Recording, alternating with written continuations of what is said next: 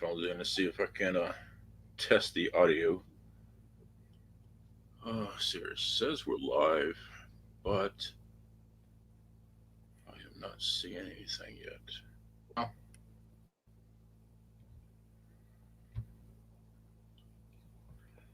Testing 1 2. It says waiting for me.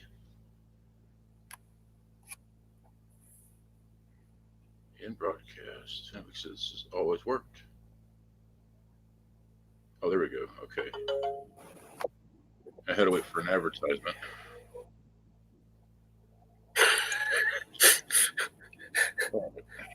Testing. All right, testing 1 2 3 all over again.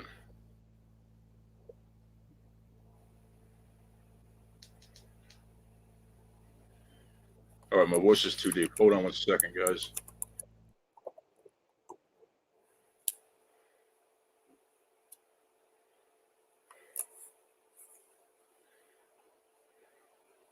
Let's check that right fast.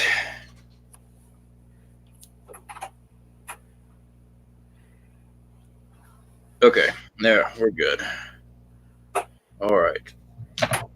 Now, replug in. Okay, Reed, can you hear me? Nope, can't hear you. No, you can't hear me? Now I can hear you. Now you can hear me. Yeah. Okay, all right, guys. So we are good. We have Reed here from Manifestation of Imagination. He is one of our subscribers, and he does have his own preparedness channel. It's been with us for a good while now. I had a couple requests tonight. I do have his channel in the description box. And one of our other subscribers had contacted me. I had been subscribed to another channel. It is Raven Tactical Prepare channel. Actually, I see him right now. He is here. I was asked would I do a shout out to him, and yes, this is my shout out. Good to see you here, bud. So yeah, I wanted to make sure that I got that shout out tonight. So we've got Reed, and he's going to discuss solar, hopefully getting some wind information too. We'll pick his brain on that one, and we'll just cover whatever we want to discuss. So Reed, you want to tell us a little bit about yourself there, bud? All right, so I'm a strange oddball person that has been playing with solar power since I was very, very young, and always interested in how to make things, generate electricity and all that. And as a small child, I even set my bed on fire in the progress of researching all this information. Yeah, I learned, wires, when they can get really hot if you connect them to a battery and just don't really have a good load on them. They melt, turn red hot, set blankets on fire, that sort of thing. Oh, yeah. It's called physics. You're working on things. Yep. Most inventions are created by accident, correct? Oh, yeah. So I've been playing with this for a very long time. Then I actually went to college, one of those crazy idiot people that did that, and went and got computer science and electrical engineering education.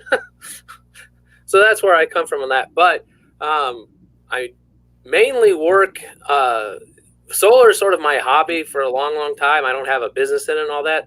I'm just a person that knows solar from long time practical experience, and then has an education understanding the electronics and everything else behind it.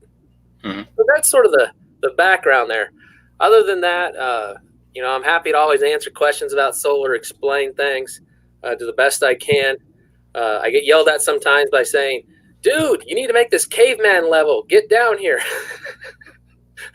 So I'm working on that sometimes. So if I lose people, let me know. You can feel free to complain, and we'll approach it again. Absolutely. I am not the smartest individual out there. I'll go and tell you that. I have been electrocuted multiple times. Not by 12 volt, believe it or not. I have been very safe with that. And they say 12 volt electrocution is like one of the deadliest ones you could ever get. Well, it's real hard. It's DC current that's dangerous. It's really dangerous. AC current does, that cycle up and down, it goes back over zero. So if you're getting electrocuted, it lets the muscles let go so you can let go. And so like that, DC, if you actually get a real DC shock, it seizes your muscles. You can't let go and all that. And it can actually like really cause heart problems, like really fast kill you. Yep. That's why DC current's pretty darn dangerous. 12 volt DC generally will not electrocute someone. I actually have a video up where I had my hands in water with an active electric 12 volt circuit running. I didn't even get electrocuted on it. I saw that you were testing out that switch. Yeah, well, making 12 volt lights and all that other stuff out of it. Yep. I saw that one. Yeah, 12 volt DC is actually very, very safe. So to get electrocuted by 12 volt, that takes skill. I'm impressed. Yeah, no, like I said, I never got electrocuted by 12 volt. Mine was DC current.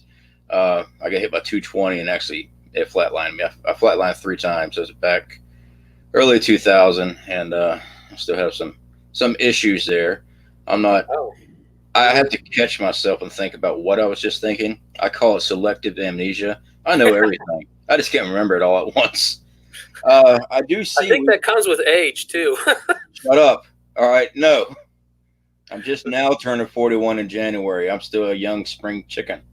Oh, so I'm actually a tiny bit older than you because I've been 41 since April. Oh yeah, you're an old man. Yeah.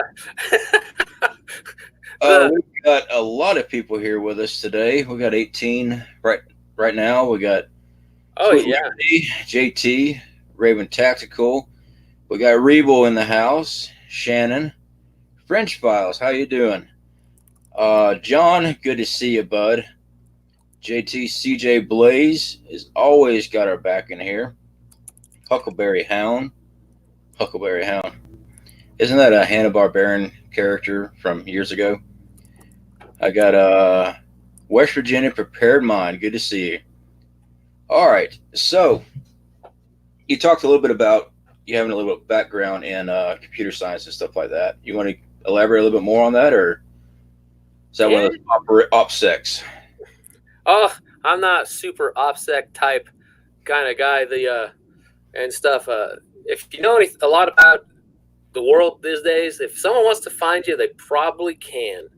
Yeah, this is true. This is why I live in a small town, and a lot of people know me. So if someone comes looking, we'll catch them first. There you go. That's what I say, at least. And stuff. I know. I've got some videos up on the channel where I call them my intelligence videos, and I start talking about interesting things going on there of how things work and all that. I've been meaning to do some more videos in there talking about, how cyber investigations work, how people track down IP addresses, how this stuff works, what kind of tools the government uses on that, dig into some of that. I just haven't had time yet. Lately, we've been doing a lot of discussion videos and then a lot of solar power videos. I've been ranting plenty about the current state of affairs in America lately. That's been a popular topic to complain about. I'll tell you what, though, I like to get into those from time to time. A lot of my subscribers here, I guess they've already heard enough from other channels and the bombardment from everywhere we look nowadays. So I really don't even get into it. Hashtag AOC is always a prime subject target for me. She just makes it too damn easy. But for the rest of them, I just like roll my eyes. I am going over to West Virginia Prepared Mind. I believe this upcoming Sunday, or it might be next Sunday, we're going to have she calls them sassy Sundays, and we're going to have a impeachment rant. So that's going to be interesting. I get to let loose that night, so that's going to be a lot of fun. Oh yeah, no, a lot of stuff I've been keeping an eye out is mainly a lot of things how it seems related to the prepperness of things, of like events that are pushing us towards coming conflict and stuff like that. Things going on there, issues that I think could be affected with way certain foreign powers are doing things. I keep up on a lot of those things. I need more videos talking about that. I don't know. I've always thought for the longest time that like people my age and younger, we're going to live through a world-changing event. I don't know what it is. I don't know when. Just always had that sort of sense. I could be completely wrong, of course, but it's just my own thoughts on that. Yeah. And to make it through it, we need solar power. Absolutely. That's one of the things I wanted to get read on tonight. I've always talked about solar. We're going to be using wind also in combination when we go out to Wyoming.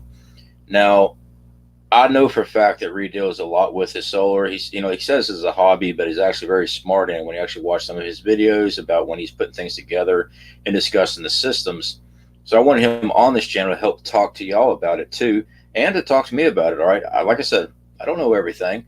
Half the time I'll be filming something, I'll be speaking completely wrong because I'm reading the material wrong while I'm trying to hold a panel in place and hold a camera there while I'm also trying to plug in something with my feet. So it happens. But that's why one of the reasons I wanted to hear because being off grid, everyone's like, well, I'm not going to live off grid. I don't need solar. Having solar tucked away somewhere, even just a couple 100 watts, inverter, battery banks, hidden somewhere. When power goes out, you have power. Mm-hmm. So I definitely wanted to get your thoughts. I know that you've had this process going for a while over there. So if you want to walk us through a little bit about what you've experienced and stuff like that, I'm sure everybody here will love to hear it.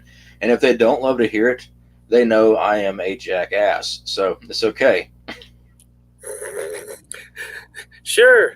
Now, I started actually playing with little solar because I figured I was going to screw up. I mean, the best thing to do is start small and mess with it and get an idea of how it works.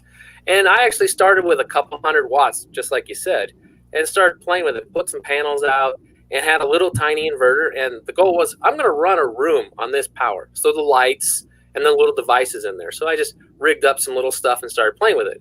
And you get to learn a lot, like how the batteries function. Like we were dealing with lead acid. Lead acid battery's been the standard for a long time. Only recently you see some of the newer things coming out like lithium and a return of an older technology, nickel iron. But ignore that for now. We were using lead acid batteries. Lead acid batteries are they can last a very long time when treated well, but treating well is the important part. So you learn like the batteries need time to charge up every day. You need to get them pretty much topped off every day to make certain they last as long as they are. So you learn like some of the timing of things, like don't start putting some of the higher loads on a system until like the batteries reached a certain minimum charge level. You can get an idea of how, when you get overcast and rainy days, how much that greatly affects how much charge you've actually got stored up and things like that. It gives you a real good idea of how things work. The other thing is you really learn quickly is what can you plug into something, how quickly are the limitations reached with a small inverter. And I was messing with a 600-watt one, so not very big. Yep. You can answer like that. And then you also learn something really important that most of us that live in a house today very rarely hit. You can only run so much at the same time. This is true. Most of the time you can just turn everything on. Oh, sure, maybe you'll pop a breaker, but who cares? No, when you got a deep budget like this, a small budget that's got a hard line, there is no ifs, ands, or buts about it. You really learn you got to start timing things better. Oh, I want to do this and all that. So then after getting a good idea on that, I'm like, okay, let's go bigger. And so I started saving up money and stuff like that. And we ended up getting a sweetheart deal on a whole pile of solar panels. I got them for 30 cents a watt, which is just almost unheard of. But it was a overrun from a solar farm project. They bought all this stuff to do it, and the funding fell through, so they liquidated it all. Mm-hmm. Yeah. So I pounced on the deal and all that. So I've got 16 kilowatts of solar panel power. So a fairly large size of solar panels, and been just wiring them up piecewise, adding more charge controllers, stuff like that. And we've got 8,000 watts of inverter power and stuff. And we're going to add more and more inverters. The goal is to get to about 20 kilowatts of inverter power. Now, I know that sounds Greek to everyone. What it is I'm aiming for is so that I can run heat pumps to heat and cool my house. So I don't have to run fires and all that if I need to. My primary power will be solar to run that, the appliances, and everything else.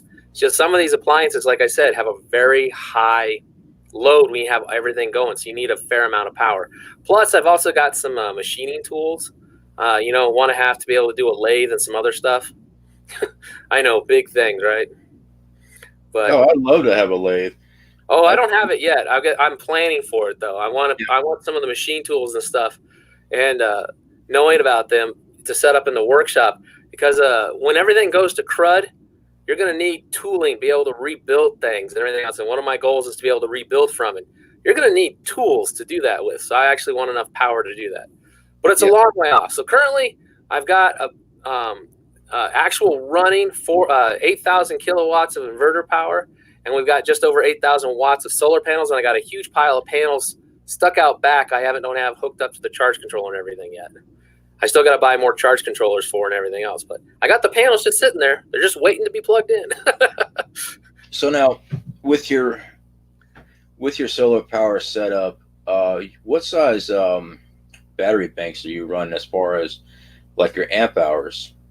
Well, actually, so I like to convert my battery banks into what I call kilowatt hours, because amp hours doesn't tell you as much, because you can say you have a 400 amp hour battery bank that's at 12 volts versus 24 versus 48. They are vastly different numbers.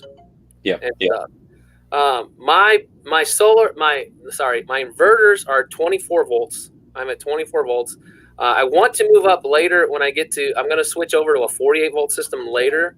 That is, I'm going to switch to a different type of inverter and everything else. There's a company called Morningstar Products.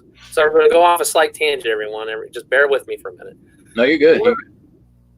One of the things that is really interesting to me is, like most inverters, most charge controllers and all that, they have active cooling. They have fans that run in them when they're going.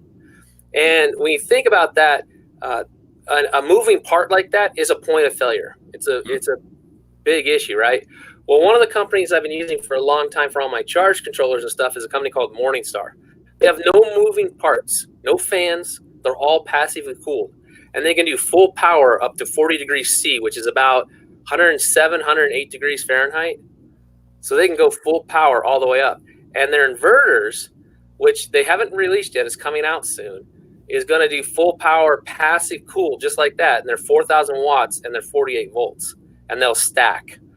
And so I'm going to move to that later, because a lot of the ones now, what happens is like when you get over like 70 something degrees, they start cutting the maximum power they can produce. They start moving it down, doing lower and lower. So the hotter they get, the less power they can produce. Yep. So I'm going to switch over to that. Right now I'm just using Schneider Electric's Connex inverters. And I just saw someone ask, what's an inverter? Okay. We'll go back to the basics. Sorry, we're really all over the place. No, that's fine. You go ahead and get into the basics. I am out of coffee, so I'm going to go fill up. You go over the basics right fast. All right. So in solar power, we have 4 components. We have 4 important components that drive the whole system. You got the solar panels. Okay, that's one component. Wherever my hand is, there it is. So we have the solar panels, which are one component, real important. The second one is your batteries. They're what hold the power from the solar panels. They hold the energy in the battery so you can run stuff overnight, or if you have overcast days, everything like that. Now, the other thing you have is a charge controller. It takes the power from the solar panels and puts it into the batteries for you, and then limits the power from the solar panels. So when the batteries get full, it shuts off the solar panels output so you can't overcharge the batteries. Batteries don't like to be overcharged. It's kind of bad for them. And then the key component here that makes things work like we do normal things for a house is an inverter. It takes the 12 volt or 24 volt or 48 volt DC power and converts it into AC power. And it's called an inverter because it effectively takes...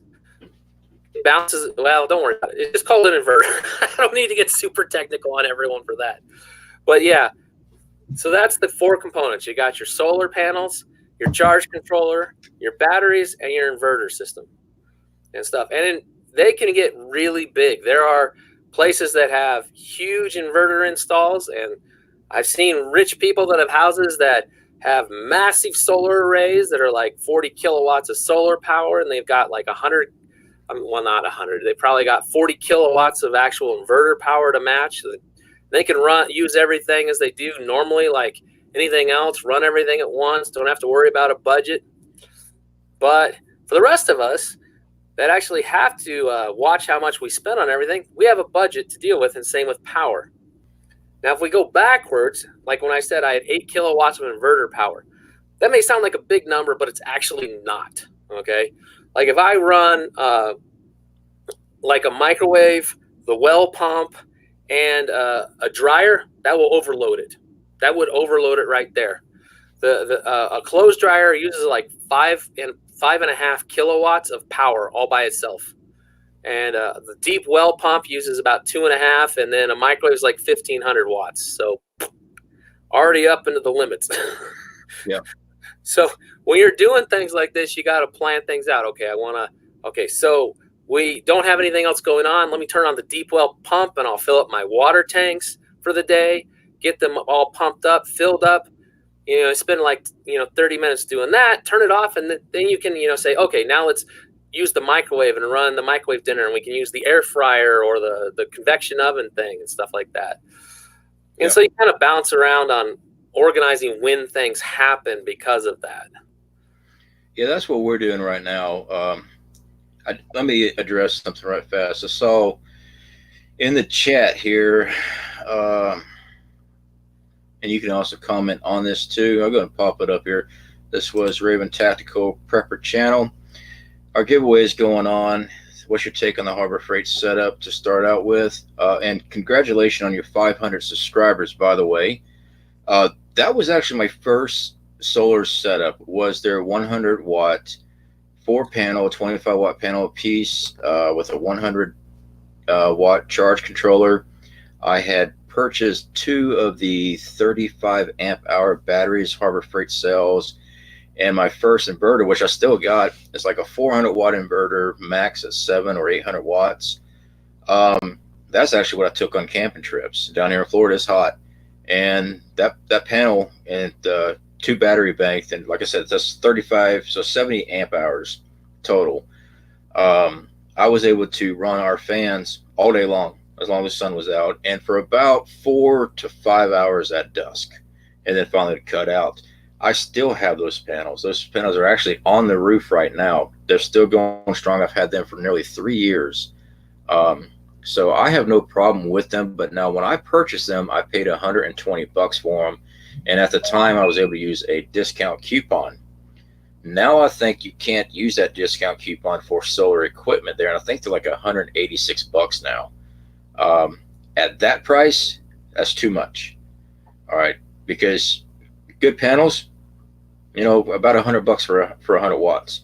You might pay a couple cents over $1 per watt, but at $180 some, I mean, if you buy that charge controller now by itself, it's like $40 some if you buy it by itself. And I mean, it's a good charge controller for 100 watts, but you can't expand on it at all. 100 watts is your max going to your batteries. But for a starter one, like I said, I ran a fan all day long with it, so it operated just fine. But that's my response to that. But we got the expert solar guy over here, so let's hear what you got to say about that one. Well, most solar panels, they have very little that can go wrong with them. The only thing I've seen go wrong on solar panels usually is like a wire isn't connected well, like some of the joints I have to go in and fix. I've done that, opened up the back where the wires come out and resoldered stuff and put things back together. Other than that, a solar panel is pretty durable. The only other thing you'll have different on them is the glass. The glass on the front of them. Good quality panels use a tempered glass. I don't know what the Harbor Freight's glass is. You'd have to play with it, but because that means the tempered glass can handle wind, can handle snow, can handle hail and stuff like that pretty well. I mean, there's a limit. You get hail the size of bowling balls, it's tearing everything to pieces, even your house. Yeah, I agree with you that I'm not sure about what the glass is. French file, I sent you a text. Okay, I just heard it too. I'll check it here in just a second. Thank you for that. I'm not sure if the tempered glass or not. I do know that the frame is made out of a black plastic. Down here in Florida, plastic does not last. Now, I have not had any major issues with them, but where my bolts connect together, because they have these little wing nut brackets that connect each panel to itself, the slightest amount of pressure, you crack them. They dry out real quick.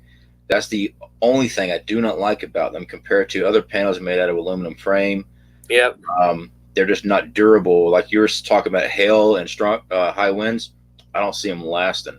But Yeah. for a closet kit that you can hide away and use in emergency to run a fan if you have to, a battery bank, I recommend it, just to have some source of power. Yeah. So I don't have any problem with that. Now the components, the charge controller and the inverter, they're on the cheaper side because it's Harbor Freight. I mean, that's what you're going to get. So they will work. And so, like you said, they'll work on that. However, if you're going to say, this is going to be my daily system for daily power, they will quickly wear out and fail. So I bet you probably about to get a year or two use out of it. But on the flip side, if you bought something like that as a learning system, I'm going to buy this kit to learn on, that's not bad at all. And a lot of times, I think a lot of times that people don't realize, but it's important to be said, is gaining knowledge itself usually costs money. Learning how to do things, learning how to do stuff tends to always cost money, Like you have to, like if you're doing something new on your car, you have to go buy new tools, do new this, things like that. Yeah. Like if you're going to learn welding, I mean, you have to start somewhere on that. So you buy a simple, cheap system and stuff. So it's the same sort of thing on solar and stuff like that. Now, in the preparedness community, I do actually highly recommend people buy a system to learn on and stuff like that. I mean, there's something to be said about hiring some contractor to come out and set everything up, but you're not going to know how to service it. You're not going to know what to do with it. If you're talking everything's grid down and it's your only source of power and something goes wrong and you have no idea how it works, that's a bad situation to be on for a critical system and stuff. So I really do encourage people to, go ahead, buy the simple systems, learn on them, and then when you get there, you can go start engineering a big one. And there's lots of nice magazines out there. There's a good magazine now called Home Power. You can go get a subscription. They talk about everything related to this. Biodiesel, make your own biodiesel at home. Building solar systems, building wind power, building that. I've had subscriptions of that for a long time, and it's a great resource. So if you want an introduction for a lot of things, and you don't need to go to college and all that, go get a subscription to like Home Power magazine. That's a great place to start. So there's a random resource for you. Yeah. I want to stop you here for a second. I'm fixing to put you on the spot. Welcome to the roast. The roast. Okay. Actually, French File just contacted me by text, asked if she could call in, and that way she can ask you some more questions directly. I have had her on the show. She is in the process of homesteading. They finally got situated out there, and I know that they have solar and stuff out there for alternate power. Mm-hmm. So I'd like to give her a call here and bring her in so that she can ask the question, get more information for her system and stuff like that directly from you. That's fine. If that sounds good to you. Sure. All right, friend. If you are still there, I'm fixing to call you. Okay. Let's see here. Let me see if I can find you here. Nope, that is Fallout Shelter. There we go. Got it.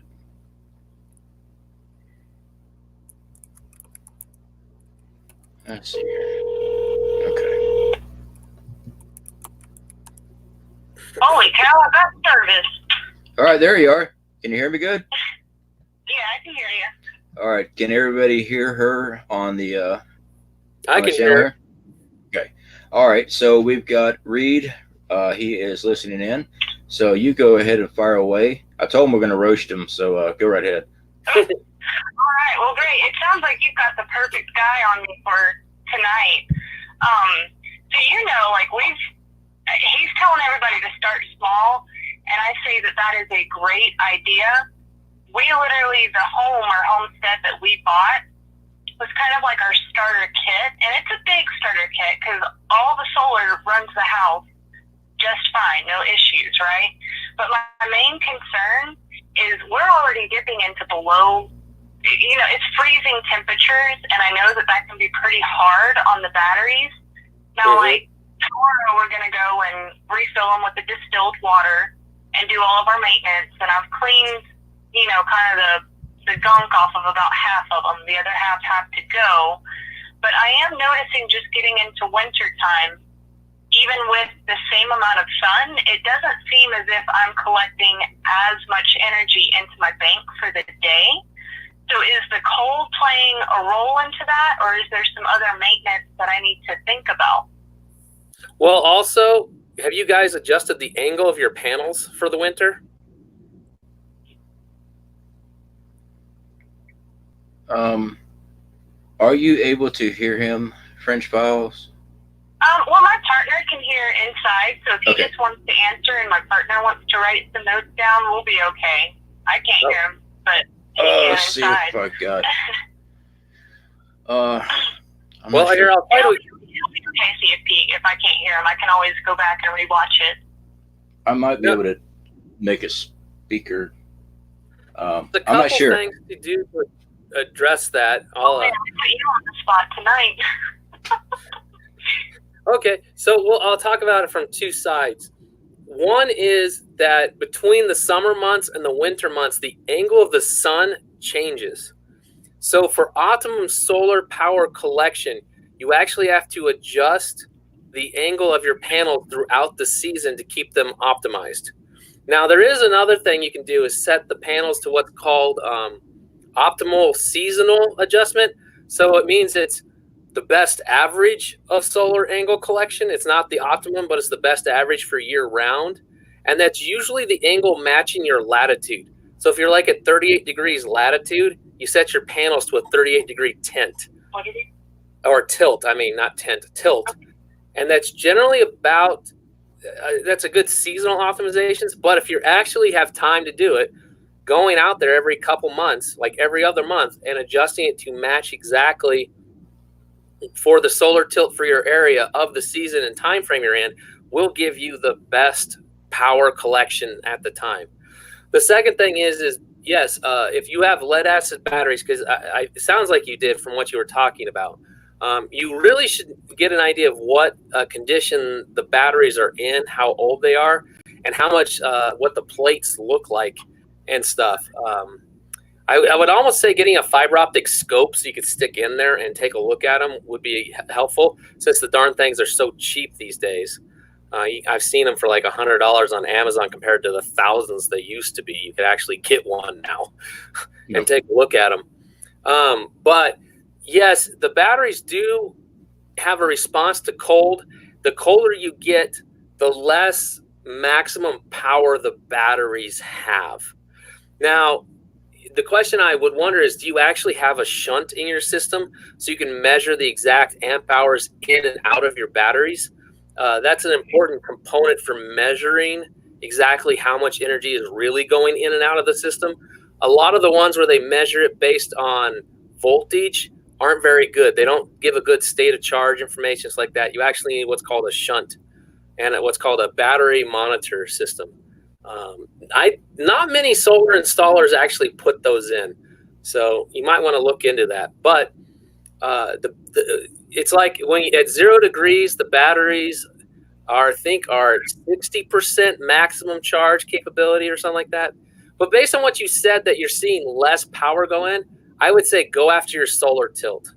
Check your solar tilt. Now, the other thing to remember though is in the winter we're not getting as much sun effectively because the days are shorter and we're not hit the right angle. That's why it's colder. The sun isn't heating us the same way it is. We're tilted differently on it and such. So, but definitely look at your solar angle. That'd be the thing to definitely check first. All right, French. Hopefully you were able to hear that on the on your other end there. I do apologize. I should have just brought you directly in. If you're still there. The phone still says on hold. What in the world? Am I on hold or did I put you on hold? I didn't know I had on hold. Oh man, come on now. I hate technology. This is another reason why I'm going to the middle of nowhere. Raven had a good point. Put the batteries in an insulated box. And yes, he's correct on that. The only thing is, if we're talking lead acid batteries and you're talking flooded cells, when you charge them, they generate hydrogen. And so you have to have a vent to allow the batteries to vent out the hydrogen. The other thing is your batteries should not be exposed in the same area as all your electronics because of the hydrogen gas and the small particles. Hey, did I disconnect you? Sulfuric acid. They will actually corrode and damage the electronics. So having batteries in a separate compartmentalized box Can you hear me now? is how you For do some it. reason, it said that I had you on It hold. really helps. I'm hoping that you heard what he was saying there. Yeah, opened up the door. He gave some good tips, because we wanted to. Right now, our panels sadly are on a wooden mount, and I wanted to pay up to put them on something metal that I can move around for when the sun moves. So that's already a bonus. And I was thinking, my battery bank is in kind of a separate protected room, but it's not insulated at all. So, I mean, it feels the cold. It feels everything that's there. His tips were great, though. Yeah, I do know that if your batteries are exposed to very cold climates, you're definitely not going to get your life of your battery's not going to last very long. But yeah, like he was talking about the tilt, I saw Vlad had just put up, there's an app for a tilt where I've seen that used on other channels where they actually use their cell phone, and it works somehow to find the tilt for the winter and summer solstice. I don't know how well they work, but he did post that up there, something to look at too. Yeah, I'll go get that. Yeah, definitely. Do you have any more tips for her, Reed? Not yet, unless she gave us more information back, then we'd know where to go from there. But for now, that's the good starting points, I would say. Okay. You got anything else there, Fringe? No, I don't. I mean, everything was perfect. I mean, we know our batteries are pretty old, but I want to get as much life out of them as I can before, these expensive batteries have to be replaced. Well, Reed, while she's still here, what is your recommendation? I know you said that you've been using the regular lead acid batteries for solar. What is the life expectancy on, good maintenance care on a battery like that? Okay, so lead acid batteries, there is one factor and only one factor that determines how long they're going to last if you properly care for them. So assuming you're caring for them correctly, doing everything, flooded lead acid batteries are the ones that can last the longest time. So those are the ones that have the vents where you actually water the batteries and do work on them and stuff. Okay. Yeah. The ones that have the thickest plates are the ones that can last the absolute longest. So in terms of that, there are there's the Trojan industrial brand batteries have very thick plates. Solar Hub 1 is another one. They have very thick plates. Rolls battery Series 5000 has very thick plates. Now, in terms of how thick how long these can last, they have the ability to cycle to 80% depth of discharge. So that's a really deep draw. Okay. So only 20% is left. And on lead acid batteries, you never draw them 100%. If you go 100%, you will take the life of the battery and just drop it down to nothing. But for 80% depth of discharge, these batteries will go 2,100 cycles. That is 10 years, raw that. Now, if you factor in the differences between the season and stuff like that, because summer you have a lot longer solar time because the days are longer and everything else, you're actually looking at a battery that'll last 15 to 20 years when maintained. That's a good life. That is a good life and stuff. But that means proper maintenance and everything else. Now, if you go on the flip side of that, you could also look at lithium-ion batteries, okay, and so like that. Now, one of the things that nice about lithium is they don't have to be. There's no maintenance on them. They're sealed batteries. You just plug them in, they go, and they have a lifetime of around 20 years. Now, the catch on the darn things are, I am unconvinced still that they have electronics. They have to have electronics inside the lithium cell to manage each individual lithium cell. Make sure they don't get too hot, too cold, overcharged, undercharged, all this sorts of stuff to manage each of the lithium cells. Those electronics are sealed inside the battery system.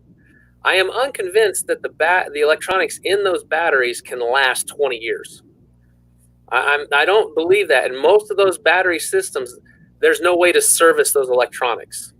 So maybe the ones that they're selling for solar can, just nothing's been on the market for 20 plus years that we say, yes, this absolutely was built correctly and it lasted that long. This is still new. The other side is if you're worried about since we're on the prepper world, EMP, I do not think the electronics inside the lithium cells will survive an EMP event. So I do have concerns on that. Now, if you go on the other side, there's an older battery technology. I have not evaluated it yet. I'm going to buy one to play with it and test it, but this is just what I've read. So take this with a giant grain of salt. But it's called nickel iron batteries, Edison batteries. They are very nice batteries. They are a simple alkaline design, and they have batteries that were built over 100 years ago that still work. And the ones they sell today are supposed to be good for about 50 years. Very impressive. They do have some limitations. Lithium has limitations. Lead acid has limitations. But I'm investigating that. I just got to buy a small little one to play with. They're just not cheap. They're like $800 for a little one to mess with.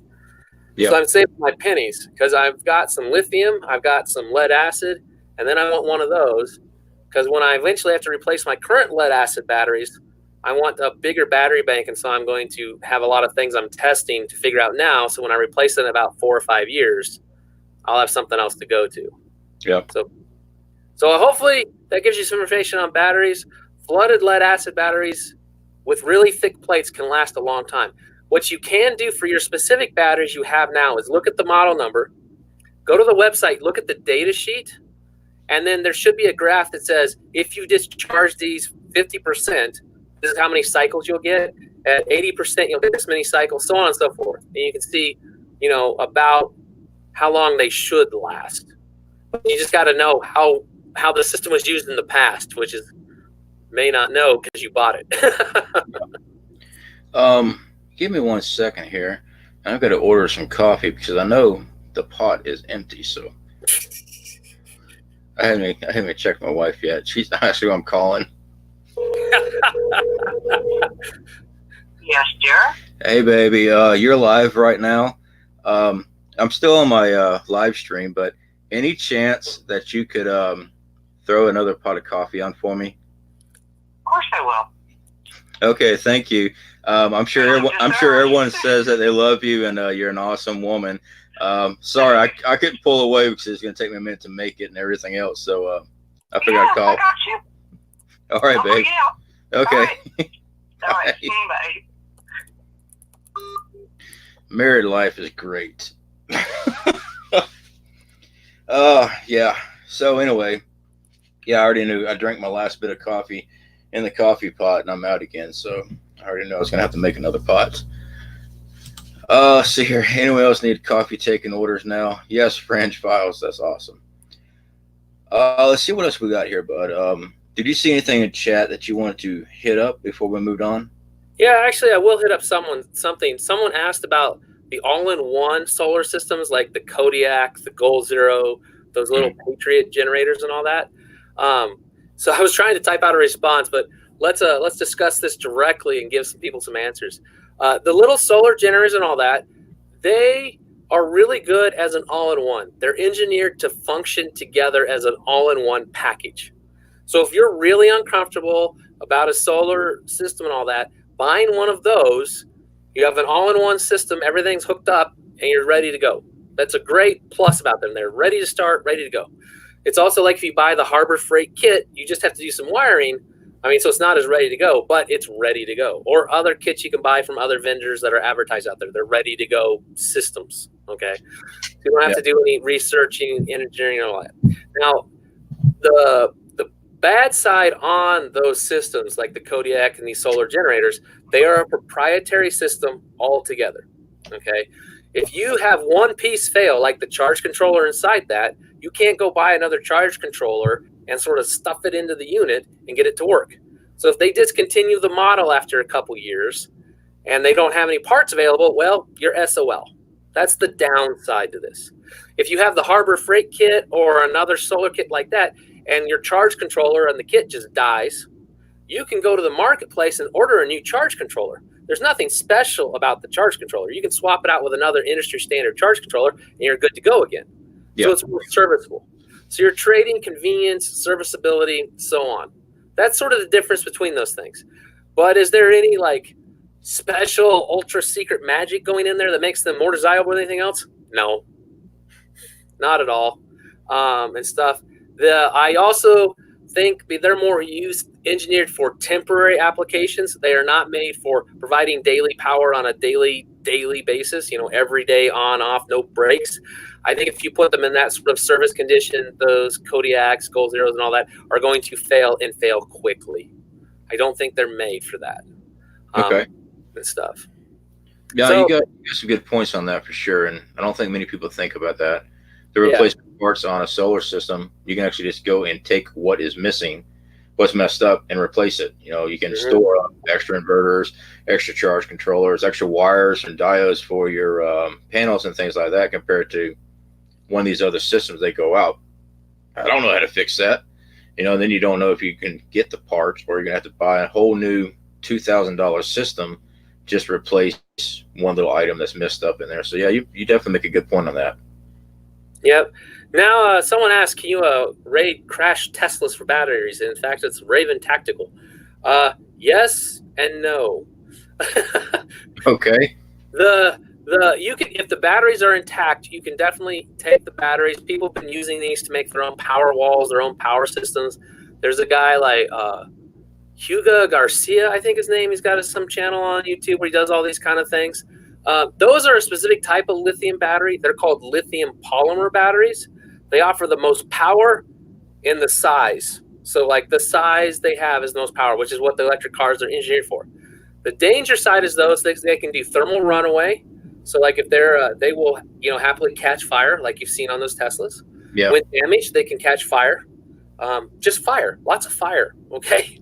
So be careful of those batteries. Now to use them, you need a charge controller that can understand lithium, and most of the ones you're going to need to get is a charge controller that has special, that can be programmed to specifically charge those lithium batteries. Most lithium batteries we use in solar are a different chemistry. They're LiFePO4, lithium iron phosphor. Okay, they are much safer, but they don't have as much power in the volume size they're at. They also run at a different voltage. They're 3.2 volts per cell. And like a Tesla is 3.6 volts per cell. So they're different and stuff. Charge controllers are more engineered for LiFePO4 batteries and stuff. So that's what I'd be careful with on that. And if you think about it in prepping terms and all that, if we're worried about possible rough handling events going on like that, I'm not interested in a battery that can easily catch fire. So that's why I say be careful of Teslas and electric cars and that. Also laptops, cell phones, same style battery, same type, same chemistry we're dealing with here. Now, the other thing on that, though, is when you're talking lithium fire, it's great that he showed us we had a fire extinguisher. Lithium fires are a metal fire. You can't put them out with a regular extinguisher. You need a special extinguisher for lithium fires. And there is one engineered. The Navy actually wanted it because they're looking to put lithium on subs. But the extinguisher itself costs $1,000. It's ridiculous. But it's a special extinguisher just for putting out lithium fires. And honestly, if I'm going to use lithium, which I've been looking at, I intend to put them in an outbuilding that's made of concrete. Yeah. Distance from my house, and I will have a special fire extinguisher just for that. But that's the concern I have with lithium. That is the concern I've had for a long time with it is, it's no maintenance, no this, no that, but the fire risk is a concern in and of itself. Yeah, and you're right about building another building for lithium batteries. I did not know about the metal fire at all. But even like right now, we store our battery bank in our Florida room. I don't like having batteries in the home at all. When we get out to Wyoming, I've already got plans drawn up for an outside building that is weathered, and that way I can have my battery bank system, everything, cooling, heating system in there to keep the batteries optimal conditions, but it's away from the house, because if something goes down, I've been in a house fire. No, thank you. All right, luckily, my house fire in Oregon, my solar system was in the shed out there. So the fire that started in the basement, if I would have had my battery banks down there, I don't want batteries blowing up. I've seen batteries explode. I had a 76 Mustang 2 Cobra. It had a bad problem with overcharging the battery. Actually, when I drove it and stopped, you'd hear the battery going, and it'd swell up. All right. I've replaced the alternator. I've done all kind of work. I don't know why the sucker kept on overcharging. And no matter what, I went to like 4 batteries. But I had one of those things blow up. And I heard that sucker whistling like crazy. And I just stepped away from the car and go, boom. I actually dented my hood. So man. Fueled it back, which that's right where the battery sits. So yeah, I don't want to be anywhere near the batteries, and which I am a huge fan of solar, but I also have respect that if something happens, I don't want to be right there around those batteries either. Now, am I gonna try to put out the fire if something happens? Yeah, but I'm also gonna try to watch out when things have gone too far to get away from it. You know? Oh yeah, like the ones with lead acid batteries, we're talking a hydrogen. So that's what exploded as the hydrogen blew up. It got a spark and just blew it. Because effectively what's going on is with all that electricity in there, it's electrolyzing the water and converting it to oxygen and hydrogen gas. And so that's what we have happening in there. And lithium, pretty much any battery can explode. There's all sorts of conditions that can cause it. In fact, if you go look on YouTube, there's these videos of people smashing lithium batteries and it looks like a bomb went off. It's just nuts. Yeah, it's called Darwin Awards. I see that we have Anthony Electric here with us tonight, which is awesome. Good to see you, buddy. I'm glad you were able to stop in here. We got Reed with us tonight discussing, right now we're still on solar. But yeah, we're just going to be covering all kind of different things here. I've got a buffering on my end all of a sudden. All right, is everyone still able to see me? That's weird. You still pick me up, Reed? Yeah, I still see you. Okay, all right. I don't know what's going on. My webcam, everything's built on this computer. It just like gave me that framed imagery where I was stuck in position there for a minute. Technology. I work with it every day, and I pull my hair out over it too. Well, I went budget on it, man. Like I said, I got this laptop. It's remanufactured one. It looks new and everything. It's got that great Windows 10 on it. It took me 4 weeks to be able to get out of the safe mode. I actually had to contact Windows, and they had to do it on their end because I couldn't do it on my end for some reason.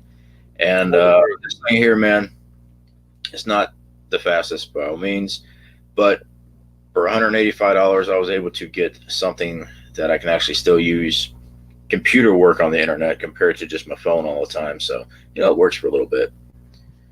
All right, let's see what else we've got here. Did you see something you want to tackle right fast? Not right now. Some weird debate happened about being woke, so I have no idea what they're talking about. Being woke? Or awake or something. I have no idea. Oh, break out that tinfoil hat. I don't mind. All right. So, I see a lot of questions about power outages and things like that. That is one of the reasons why I started doing solar to begin with as a prepper. I want to have alternative means, and also running just a few hundred watts here on my house right now. I save on my power bill. Mm-hmm. My power bill right now, because I'm not 100% off grid, but we use the solar for our lights. We use the solar for our fans. It helps offset our power. Our power bill is $46 a month right now. On average, it's about $88 a month right here where I'm at. So I cut it in half. It's an investment, but now some of these panels I've had for a couple of years, some of the equipment I've had for a couple of years, so it's actually already paid for itself. So yeah, that's why we started with solar, and then we got into planning on moving to off-grid locations. So we started buying extras, and then we started Faraday caging them just to be on the safe side. So yeah, we're definitely going to be using that as means of power, because where we're at, there is no power line. Hell, there's not even a mailbox. We can't even get mail out there. We have to go in town and get mail.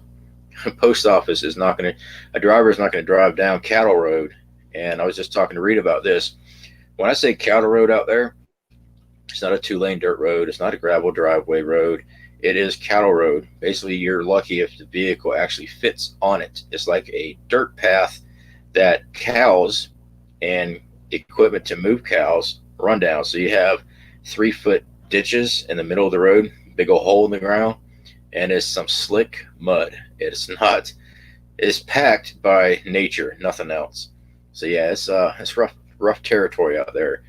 So convert your car to run on treads, tank treads. You'll see me out there with a tank tread vehicle. I got admit, there's your bug out vehicle, a deuce and a half running on treads.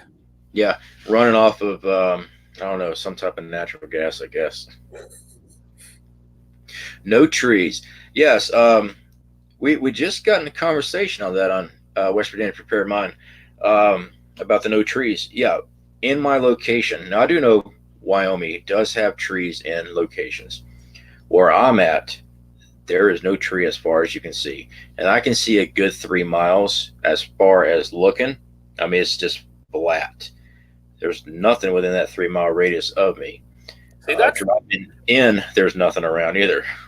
Yeah, that's great for solar, but there's another reason I love that. Is where I'm at, I don't have trees either. I can see people coming. I like that. Yeah, I can definitely see people coming, that's for sure. Yeah, I've often wondered about these guys talking about setting up in the middle of the woods. I'm like, but you won't see anyone coming till they're about right on you. Yeah. There's a tumbleweed, sagebrush. Yeah, there's a lot of tumbleweed. About the highest vegetation I have seen in my area, and I'm talking about within a 20-mile radius, is the sagebrush, and it's about knee high, some just maybe a little bit halfway up the thigh. That's the tallest. Okay. Mm-hmm.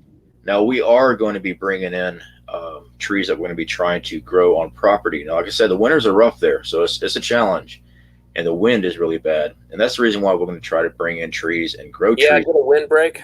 Windbreak, yep. Yeah. So we try that. I'm hoping that some Florida pine will work, but the reason I chose Florida pine is because pine grows fast compared to trying to grow oaks. So it's a kind of hit and miss. You're darned if you do, you're darned if you don't. I like the hardwood trees better, but for the wind breaks, I want to try to get as many trees in the ground that I know will grow fast. So it's going to be keep it all a good distance from your house, so in case you won't have you've got a good fire break. Yeah, we're definitely gonna keep away. Like I said, we got 40 acres, so the property's quarter by quarter squared. So, even at a quarter mile away, a good set of, an acre or so set of trees. That's quite a bit of trees. So hopefully it'll break. We're not gonna have like 8 feet from the house. Yeah, we're looking to buy about 50 to 80 acres ourselves soon. We're looking to get a whole bunch of people together on the land together. To be sort of a prepper commune, and stuff. I got a whole plan on there. If you're on my channel, you can hear me rant and talk about it and stuff like that. We're getting started. I've actually got some people interested in stuff, so we're getting it coming together. But what's the depth of water in that area? Do you know? Well, groundwater, which we're gonna do first. We're actually gonna do hand dug groundwater first, is about 43 feet down. Now to get to bedrock, you need a submersible pump though. Yeah. 43 feet's just beyond what a normal pump can suck. Oh, baby. Oh, hold on. My wife just brought me the pot of coffee. Oh. Thank you, sweetie. You're so welcome. I appreciate it. Oh, cutie pie. Get that cat away from here. No. I don't like cats. That's right. I said I don't like cats. We got feral cats over here where I live. If they didn't have so much feline leukemia, I'd be skinning one out and eating it. Anyway. Yeah, my wife just brought the whole pot for me. It was awesome. Now, I actually like cats. They're really important. They're very good on the farm. We are going to have a couple out there because we do have some what they call high plain desert rats, and we do have snakes. And having cats on a farm is actually going to be very nice to have. Our groundwater, like I said, it's about between 43, 45 feet is the average of the area. To go bedrock, we're looking almost 300 feet. And the new price I just got just to dig it, just to $40 drill a foot. was $7,000. And I'm like, no, that's all right. If I have to truck in water from time to time and run off multiple groundwater, the the groundwater table water to run into storage for tanks and then run pumping the system through that, I will. But $7,000 for a well that might hit or miss, no, I don't have that type of jack. Well, So, I spent over $10,000 on my well. Yeah. Yeah. The price was $40 a foot, and then there was a mobilization charge and everything else. It took me years to save that much money for it, and I'm 200 feet down. This other area, the problem was also because I'm right on the edge of the city, and I'm right by a hill and other stuff like that. There was only one group of people that could get in there and do it. Yep. And so, they had to use an old system called cable tool drilling. It's pretty neat how it works, though. I got a kick out of learning all about that. And in Grid Down, I know how we can drill a well, stuff like that, instead of having a giant boring machine. Now I know what you can do with it. But in other places, though, they can put boring machines in and go down with it. But you're still looking at a fortune of money because the pump and all that. Now, one of the neat things, though, there's a couple companies out there, Franker Electric and another one called Grundfos, Grundfos. They make pumps that can run directly off of DC power, no inverter needed, and they can run right off of solar too, solar panels directly into them. So, like if you have a well that's, say, several hundred feet out, you wouldn't have to run electrical wires to. You just got to get the pipe to it. Yep. So they're pretty neat. And I like having pumps that don't need inverters, because if you had your inverters go down, you could still, run their pumps. Yep. So they're pretty neat. I don't have one of those yet. I still have AC power, but I can run mine off my inverters right now. But I would like to get one later. The problem is the pump itself is like $2,000 or $3,000. So everything costs a lot of money in this area. Yeah, the pump I'm looking at, I don't remember the name. I was looking at it. I don't have it yet. It's about almost $200 for it. It runs off 110. Yeah. It says it can pump up to 100 feet. So, that's what. Is it a surface mount or a submersible? It's a submersible. Oh, okay. Yeah. Yeah, it's a submersible. I have seen it run off of a 900-watt generator. So I know that the load's not that much, but when I figured in the pricing just for the tubing and then the casing, it's cheaper than $7,000, but it's still expensive. But oh yeah, I want to be able to have actual water there, not just collection of water, because the thing about having storage tanks is that I have to have storage tanks in a heated environment housed up. Because if I got storage tanks sitting on the outside, like if I lived in Texas or somewhere here in Florida, that'd be just fine. Out there, I'll have a huge icicle cube, and more than likely the tanks will crack. So that has to get figured into. So yeah, there's actually going to be a lot of smaller buildings built on the property. But no, I do want storage, tanks and stuff. But yeah, it's a lot of work of dealing with just the extreme cold that gets out there. I mean, it gets chilly. Yeah, that is a big problem and stuff. Well, like where I'm at, I'm down in New Mexico, where supposedly it doesn't get very cold. It does get cold here. We get below zero and stuff like that. And one year we had a freak time where it was literally -20 at night and -10 in the day for a week. It caused immense problems all over town and stuff. And so in fact, all my sewer lines and my water lines froze. And yeah, so when as soon as it was done, we had a guy come in with a backhoe, and he dug me a 3-foot trench, and I buried everything deep. That ain't happening to me again. Yeah, our frost line where I'm at is I did see a question where I buy land at. It's in Sweetwater County. It's just between Rawlins and it's actually closer to Rawlins and Wamsutter, on the low end of Wyoming. I won't give exact coordinates on that one, but our frost line is 50 inches to 60 inches, over 5 feet. So yeah, even the foundation, everything, I gotta go 5 feet deep just to lay down everything I need to do. Of course, doing the bunker is going to be great, which I won't be able to do right off the bat, but I plan on going 20 feet deep on that one. But I like a hole in the ground. But Now, yeah, actually, don't you wonder what they do in very northern Alaska, where the ground is always frozen? yeah, I always wondered that. Must be insulated lines somehow.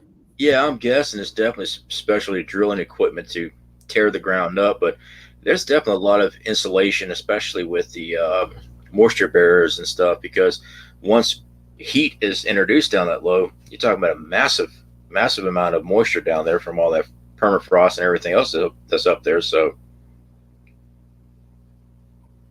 kind of out in the Badlands. Yeah, it's all ranch land. Is what it is. We are right in the Great Divide there, and it's just nothing around. I mean, you can't see any lights from the interstate, no lights from any structures. There's no city within range as far as looking at anything.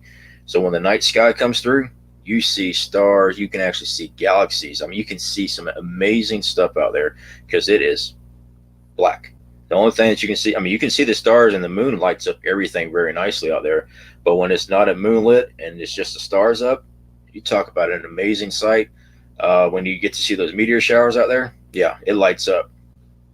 Actually, imagine that, how interesting it'll be for everyone when grid down happens, how much stars you'll suddenly see around the world. Oh yeah, once the ambient light's gone, you look at some of the photos and stuff from the outer space when they're looking back down on Earth. All you see is this golden haze all the time, and you see some just completely black spots. I'm like, I want to be at the black spot. All right, give me a second. I'm gonna go run to the restroom right fast. First cup of coffee will run through me. So yeah, go ahead and take it, and I'll be right back. All right, everyone. What other questions we got here about solar? Oh, wait, I know what we can talk about. So as you're prepping and getting stuff to figure out for solar and what you can run at the same time, there's a nice little device out there. It's called a kilowatt or whatever. It's a little box you can plug into a power outlet, and then you can plug the device into it, and it can tell you how much power your refrigerator, your TV, your computer, other things are using. And so it's real helpful to do that. So when you're going around saying, oh, how much power do these things use, you can start planning that out. The other thing to save yourself a lot of money on solar power is to switch over to more efficient things. And the first place you can start is if you still have any old incandescent bulbs, switch them over to LEDs. The power savings is immense. The other thing is the LED bulbs don't get nearly as hot as those old incandescents.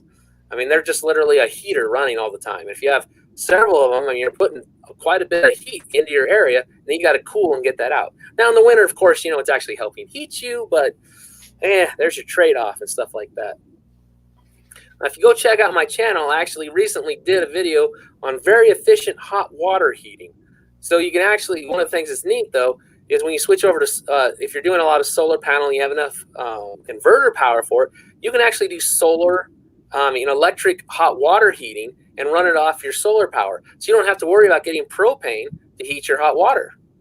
It's pretty neat. Now, I actually did mine as a sort of an interesting engineering. I have a 7-gallon hot water tank for my whole house. Yes, I'm serious. 7 gallons for the entire house. What I did is I have the hot water is very, very hot, and then it has a mixing valve and stuff like that. And so when it comes out, it mixes it down to about 120. And so it keeps it from, scalding the holy heck out of you. But at the same time, it means my little hot water tank is a little tiny one that needs just a little bit of power to heat up. And when I ran the numbers and all that, I think if you bought it from the grid for a whole year, it cost me $80 to run the whole thing. But it uses 1.4 kilowatts, and that's really easy for me to fit on the inverter power and stuff. It's a really easy thing to do. Now, I do have a 20-gallon tank, but it's 220 volts, and it's a big, uses like 4.5 kilowatts.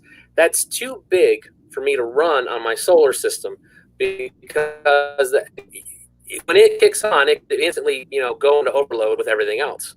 So what I'm going to do is swap out the elements on it to much lower wattage elements, and so I could use a 20-watt one because my wife says she wants a bath. she really likes the bath, and the 7-gallon one can't fill the tub. I heard the exact same thing. I'm working on design myself. I'd like to swap some ideas with you on that. What you got working on, because like you said, lower wattage, lower voltage elements. I've been shopping around on those too. I actually found some on Amazon. They're not expensive, so I'm actually going to purchase them, and I'm going to try them out here first to make sure that it all works before I get out there. Now we have, of course, with a camper, we have the propane for the hot water and stuff like that, which I want to try to get away from needing to get propane for anything. But this is the secondary stuff. Do I like storing propane? Of course I do. But if I can avoid having that extra cost each month and plus storage, if I can eliminate that, of course I'm going to try to. So I would like to go over some of those ideas with you. Sure. Especially we can sit back and talk about that one night, and or you send me an email so I can steal your trademarked water heater idea. Well, just go check out the video. It shows the basics of it and stuff.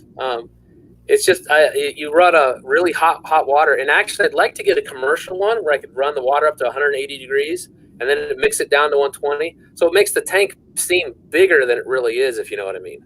Yeah. Stuff. Now they also make these super efficient hot water heaters, but they use a heat pump design and all that.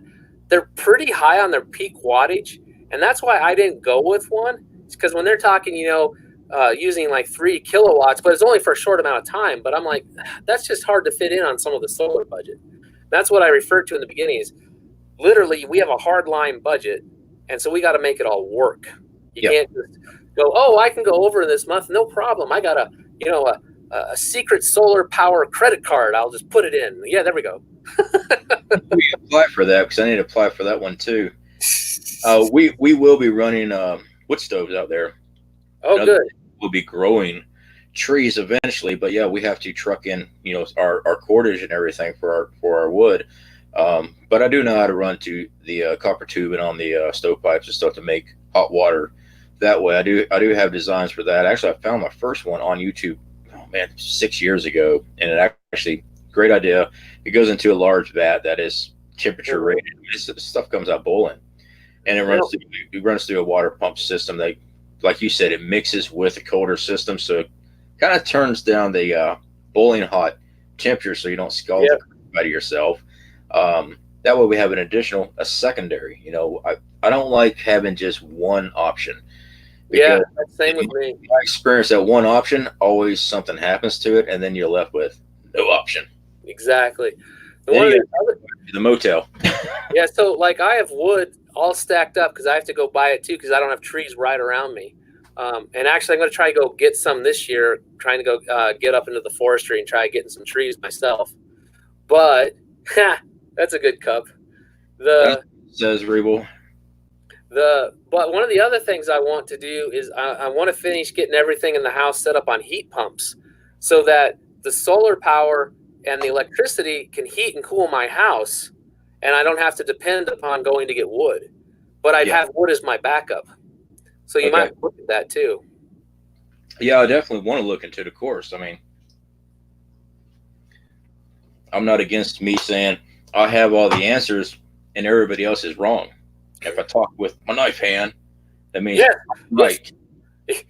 Yes. If you don't do this, you're going to die. That's right. That's right. If you don't buy my fire starting kits, you won't make it through the end time, even though you have a big lighter in your pocket. But you won't make it. This special flashlight, it will save you in any disaster. Please buy my flashlight. Well, is it a tactical one? Because the tactical has a way of incapacitating or killing an individual. Then it's tactical. Exactly. Cool. Yeah. Oh man. No, there you go. You can defend your perimeter by setting up batteries that will explode if people walk over them. Well, you got a lot of lithiums that you're going to put out there. They just need that old car that overcharges everything. You were supporting the use of go and get Tesla batteries.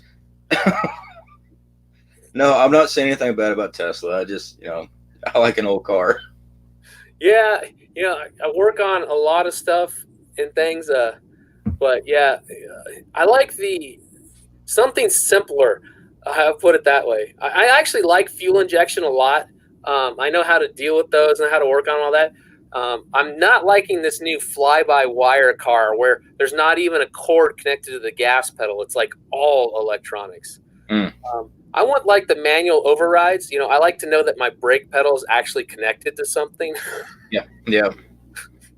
That we can stand up on it, and you really mean it when you stand up on it. Exactly. So like most cars currently today, they have, you know, failbacks. If the electronics fail, you know, the critical systems will keep working. You can stand on the brake pedal, the gas can be done, stuff like that. But they're moving to complete, you know, all electronic fakery. There's no real connection. So if it goes nuts, oh boy, be like in a runaway Toyota cars they talked about. Runaway Toyotas. Let's check here in the chat. Lesser Prepper has 3-4 backups to everything. Exactly. That's what you want. It does get pricey over time, but like I've always said, little here, a little there, it builds up.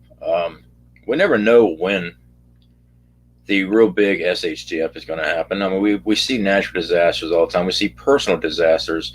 I've been through several in my life. I'm sure many people here has had personal disasters, home, autos, things like that. So yeah, I always tell everyone just to start.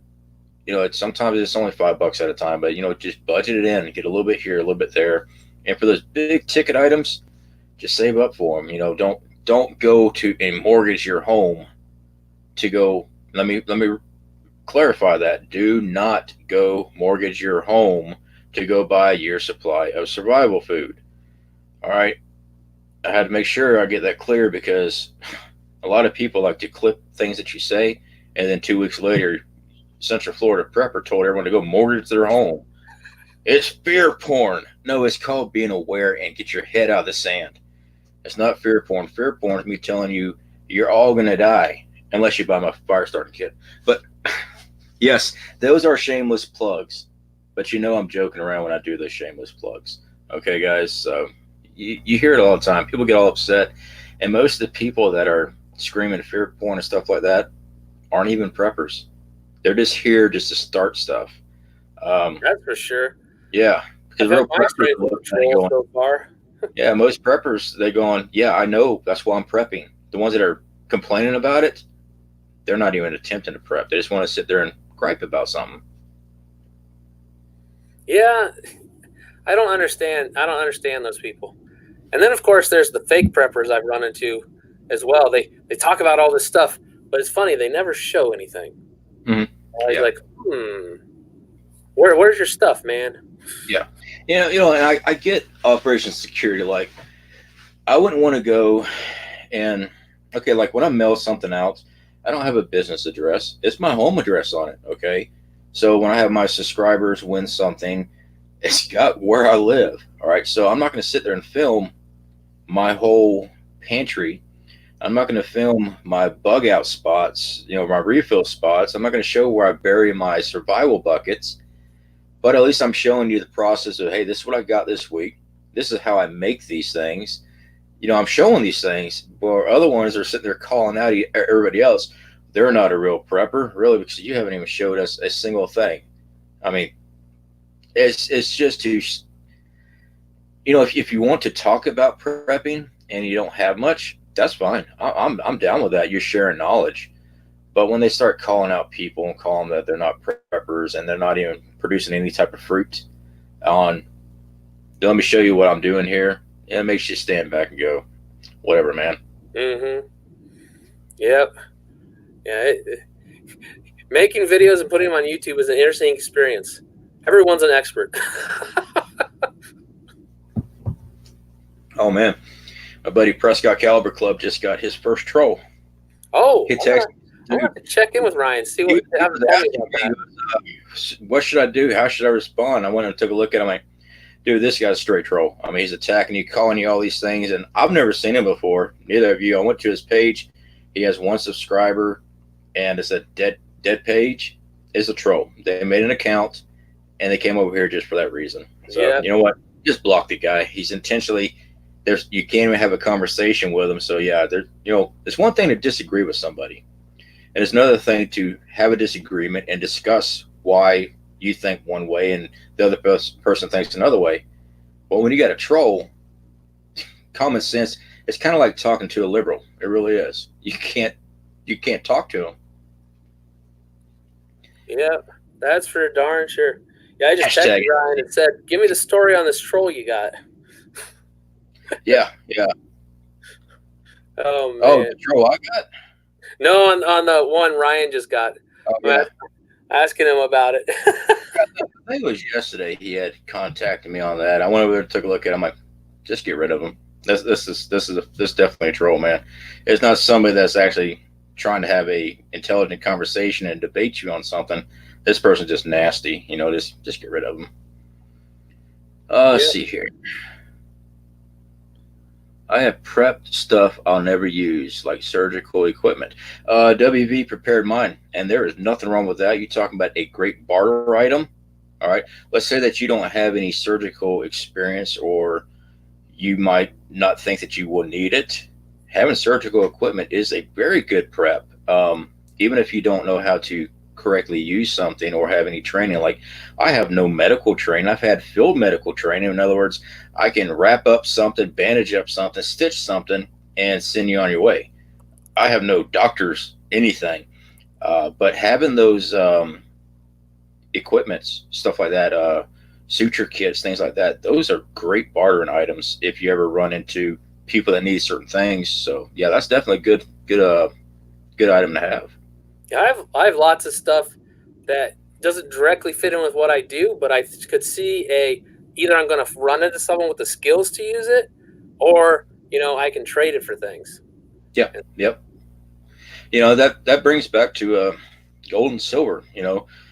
Some people just go rants. Gold and silver, it's worthless. It's worthless. And I've talked about this in the past. We do gold and silver. It's not a lot. It's what we can afford to put back, and that's for when things rebuild. When it first happens, right when it first happened, the dollar you can't use on an economic collapse. Yeah, you can use it, but long term, where there's no food coming in, stuff like that. Yeah, gold and silver is not going to do you any good. But when society starts rebuilding and stuff, yeah, you got finances there. They got something that really backs it up. Yeah. But a lot of people get upset over that. You can't eat it. Of course you can't eat it. I never said you could, but there's plans and preparation for everything. Yeah, I have a gold and silver video on my channel where I go on that rant, and it was funny. I got a lot of people misunderstand it, but I was basically saying is like when stuff first happens, until the new normal goes around, gold and silver you can't eat. You can't do this with it. You can't do that. People are going to be bartering for immediate value goods. Like we're going to want food for food, or food for medical, or stuff like that. Like if I don't know, because first thing I'm going to not know is how much something's worth. I don't know how much my loaf of bread is worth, right? But I know if I trade you bread for another edible, that's at least a fair deal, because that makes sense, right? When everything's suddenly gone to hell, and stuff like that. And the thing I was trying to tell them was like, gold and silver, if you're focusing only on that, that's probably not a good position, because it's not going to be able to save you. I don't believe in an immediate disaster, gold and silver is going to save you. I just don't. But so if you have everything else squared away and you want to buy gold and silver, I don't care. I would say just as long as you have your food, your water, and other stuff squared away first, if you want to buy it, no problem. And it will have a value later once the new normal sets up. Once things start to stabilize to whatever this new normal is. If it's Mad Max, okay, it's Mad Max, but at least we kind of know what to expect, and so prices will start to materialize. Yeah, and just with an economic slide, I've already talked about Venezuela before. AP, Air Alaska Prepper, had actually done a video what an ounce of silver was purchasing there, and it was like 30-some days worth of food for a family of 4 for an ounce of silver, because the dollar is worthless there. At that time, I'm not sure. I haven't went over there and checked out on Venezuela in the last couple of weeks, but an ounce of silver, and there was food to be had. And that's another argument people have. Well, if there's no food around, you can't buy food with gold and silver. No, you can't. Okay, but at the first part and the rebuild part, there will be value. During the middle, when everything's all to crap, it won't be. And like you said, I've said this before too. Make sure you got your food, water, your security, things like that set up put away before you get into gold. Gold and silver is just an extra bonus. That's it. Don't rely on just gold and silver, because you can have hundreds of thousands of dollars of gold and silver, but if everything happens right then, supply and demand is not going to be there for, you That's might your be able big to, issue. yeah, you might be able to get 12 cans of ravioli and that's it, but that's all what's available, and you don't have anything else. But having that for that backup is it. It's not something you have to run out and go get. That's just if you have the extra. Like last month we had an extra $40, so I went and bought 2 ounces of silver. It wasn't hurting us not having that $40, so it's something that got put back. So it's not something we're going to miss. Still holds its value. I can always cash it in. It was a couple weeks back. I went and cashed in a couple $100 worth because I was shipping my first shipment to Prescott Caliber Club. And you know what? I needed the money. Friggin' the shipping was 60 some bucks, something like that, to ship a box. I'm like, for a 20-pound box, I'm like, Jesus. But it wouldn't fit in those flat rates. I had to get a big. I'm like, oh, you got me there. So, it's just one of those things. And we didn't have the finances to drop $70. So I went and cashed in some of our hard currency. So, it is what it is. Yeah, it's crazy how much shipping costs at times. You're just like, are you kidding me? How much? Yeah. And I already knew it's going to get damaged. It never makes it there in one piece. Oh, yeah, and then you get the insurance. I think the value was over $600 for retail sale. And for $600 in insurance was like $9, something like that. I'm like, it's just a cost that I won't get back. And I'm like, you know what?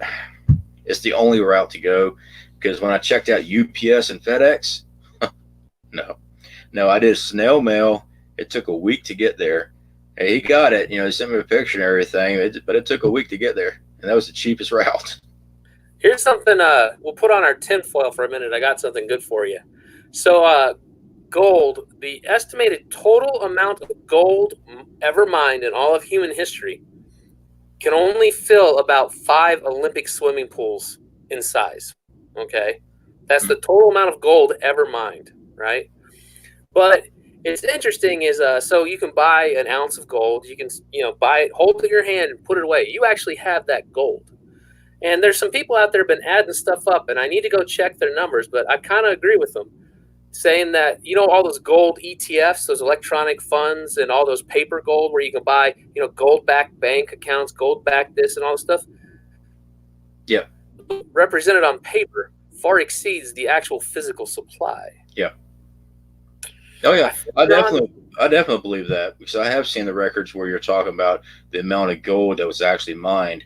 And that's not counting up, your little gold panners and things like that. That's actually registered mining, because those little gold panners are not even hitting close. Because if you actually look at gold mining, when they're not finding big chunks of gold, they're finding quartz rocks and shit quartz rocks and stuff, and they're having to break this stuff up. Okay, they're running through rock crushers and stuff to get little bits. It's not, now there are little nuggets and things, but it's not these big boulders. They say, well, there's a gold vein. Yeah, it's a gold vein mixed in with rock. Okay, it's got to be crushed up and extracted. Small stuff. Yeah, it's not massive amounts of blocks in there. So yeah, it takes a long time. So yeah, it's definitely, our currency is not. I mean, they keep on saying, well, it's the gold standard. It's got the gold behind it. Now, if you run the numbers, no, it's not. If they leave this persona, and that's why I think the reason why they're able to manipulate the gold market so easy. Well, that's why we had to go off the gold standard. Is basically France basically called our bluff and said, "There's no way you have enough gold to back all the paper money you got circling out there." Yeah. Paper gold is BS. Oh, have you seen those? Looks like a dollar bill. They're the silver ones and the gold standard ones. I don't know if there's like gold or silver in it. I've seen them advertised. Are you talking the old currency, the silver certificates? No, not the silver certificates. Some of the gold and silver bullion companies, they have, it looks like a dollar bill, but it's supposed to be a silver one, or it is not. It doesn't look like, it's not a complete silver dollar bill. It's like I haven't seen those. Something. and it's outrageously priced. I'm like, why would I buy that? That's weird. I think I'd rather have the hard currency. Yeah, I'm not sure why they even have it. I'm looking at it, I'm like, so if it catches fire, it's just going to melt? I mean, I don't get it. It's not like it's beaten out flat, silver dollar or something like that. It's actually like painted on, or however they do it. I don't know how they do it, but the price for it, I think it's like a collector piece or something, but it's outrageous. Just like when people go buy, I got a $5 silver, I got a $20 gold eagle, and it only cost you how much? I don't buy currency coins. I buy bars and rounds. That way the value is just the weight of the metal, not the currency cost. Because a lot of people got confused. They go into it and they go, well, it cost me this amount of money to buy $20 worth of gold. Well, no, you got more than that, because just the value of the weight. But when you start getting the collection coins, you're going to lose your rear end, because that's not for prepping and gold. No, that's just. Yeah, I actually do collect coins. I like the numismatics. That's my own hobbies. I like to play with the collections, but I don't ever call that prepping.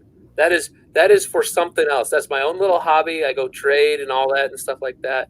Yeah, I like the designs. I think a lot of stuff's cool and neat, but nothing to do with prepping. Absolutely nothing. Yeah. And if SHTF happens, when SHTF hits and all that, no, those won't be anywhere close worth what I traded them for. They're only worth the weight of the metal. Yeah, and those prices are set by collectors, okay? Yep. Because if you ever take a collector coin to a pawn shop, yeah, they give you. I guarantee you they will give you the price of what the spot price is for that weight of silver or gold, and not the face value of a collector's. Unless you took it to a collector's auction or coin collector shop that just wants to keep that specific, those prices are set by those collectors, not the market. We don't get into the collector coins or anything like that here. Yeah, it's like artwork, Yeah, that's all determined by that weird marketplace and all that. Yeah, I don't have a ton of that stuff, but I do it. But I like to play around in it for just collection purposes and stuff. You probably got all kind of weird stuff collected. No, I mean that in a good way. I usually stick to a lot of stuff out of the Royal Canadian Mint. I think they have some real cool designs. They have stuff with holograms on it and stuff like that. They're pretty neat. But then I've got, regular like silver rounds and stuff and things like that. But there's a distinction between prepping metals and, other things. Yeah, definitely. And the other thing, though, I usually say is, though, don't forget copper. Copper is also good for change. So there's actually some places that you can purchase weight in copper, lead. There's I wish I'd still know the company I dealt with years ago. They're online. You can buy copper by the poundage. You can buy copper by the penny size. That's actual real copper rounds for nothing on the dollar. Copper is a plus. Back when the bronze and copper age, I mean, we started somewhere. And if we have a massive SHTF that knocks out power, I really believe we're going to go back to prior medieval times, and not even stopping there. We're going to go prior to before then, not right off the bat. When things start breaking down, you can't replace it. That's when it's going to get bad. See, actually, let's just go full on crazy tonight. So, one of the ones I consider one of the super big ones for me that I consider one of my top worries. So the two top preps disasters I see coming is man-made. One is going to be the U.S. national debt leading us right down to economic collapse. The second one I see is a giant solar EMP hitting us. Yeah. Okay, and that's the natural disaster one I see that is very likely. Now, we know a solar EMP has happened in the past and happened several times. They found all sorts of evidence in the geological record. We have the Carrington event from recently. And they figure it's every 100 years. We're past due for one. So, and NASA, actually, as conservative as they are, as unwilling to say something bad could happen, because they don't want to talk about asteroids and any of this other stuff. They actually put per decade a big solar EMP at hitting us around 11 to 12% per decade. I think definitely could easily see one big one hitting us within our lifetime, and say like an X100 or so. So you have something like that hits Earth, And if it's like the Carrington event, I mean, they saw the aurora borealis all the way down to freaking Cuba. I mean, it was bad. So I mean, that's all those crazy highly charged particles hitting the Earth. We have the fluxing of the Earth's magnetic field moving around and all that. And so when that happens, we're talking the damage of the electrical grid across the entire world. It'll take everything out, all of it. How in the heck are you going to repair anything when you have no infrastructure to do power? Oh boy. Yeah, it will be absolutely crazy. I mean, you're talking the worst case of the worst case scenarios, because there's a report from the EMP Commission. They go on all sorts of stuff. They talk about these things, the threats, and they talk about nuclear, and then a coronal mass ejection, the solar EMP. And they estimate in America we would lose 90% of the people if we had from grid down. 90% would die in the first year. Yeah. Imagine that worldwide. Yeah, they're talking about 90% mainly because of not access to clean, drinkable water. That was a huge percent of that. And then plus, of course, medical dependent on electricity and things like that. But yeah, was it 1829 Carrington event? It was 1800s. Yeah, I do know that they had some other geostorms. We had a geostorm take out Quebec. Yep. We're going to talk about the one in Canada. Yep. But what would actually happen, the big issue is the fluxing of the Earth's magnetic field, just moving and then moving back, because a movement of a magnetic field through a wire generates electricity. Yep. And it would actually cause huge, massive currents that would destroy the high voltage transformers that are very specific to each area. And if it duplicated like what we saw go on in Russia when they did a lot of tests over Kazakhstan, it literally, the wires got so hot they detached from the poles. You'd have all the circuit protectors melted and broken through. Real dangerous. And believe it or not, some of the other big dangers are these big currents and all that would develop in natural gas and oil pipelines. So you'd probably see massive explosions happen from those. And then also railroad tracks could cause big currents, and they might catch fires, melt, do stuff and things like that. So it'd be really, really crazy. Since it destroys all that, you're going to have people not having any food supplies for, all their stuff in their fridge is going to be melting, going away. There's no medical services.